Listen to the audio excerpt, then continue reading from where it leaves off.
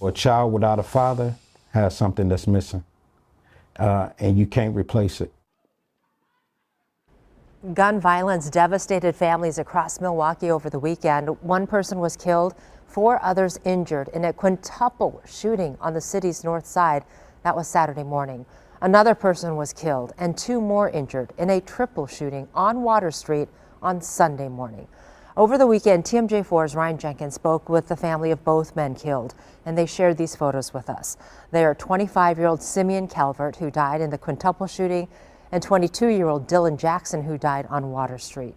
Ryan also learned both men were young fathers. Today, Ryan met with 2 neighbors working to stop the violence, Monte and Andre. They say the shooting must stop before more youth are forced to grow up without fathers in our community. I spoke with the families of both of the men killed in those separate shootings over the weekend, and one thing that stood out to me is that both of them were young fathers.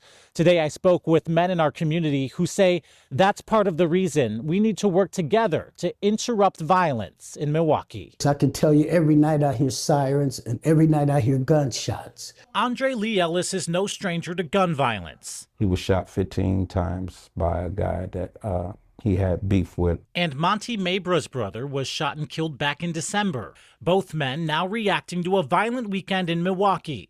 Family tells me 25-year-old Simeon Calvert was killed Saturday morning near Cheyenne and Darien. Police say 4 others were hurt in that shooting. 14 hours later, 22-year-old Dylan Jackson was killed and 2 other people were hurt in a shooting on Water Street.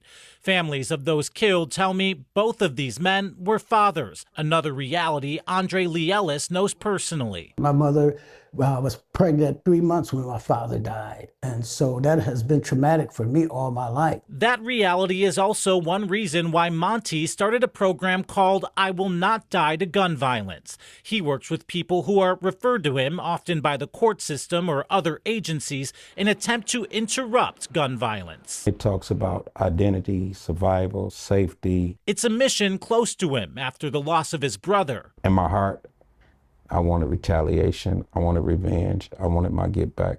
And this is my get back, by doing something that saves lives versus take a life. He says everyone, especially those who have kids to raise, should be looking at ways to walk away from conflict without pulling a trigger. Your social conditioning tells you if you have a gun, you're tough.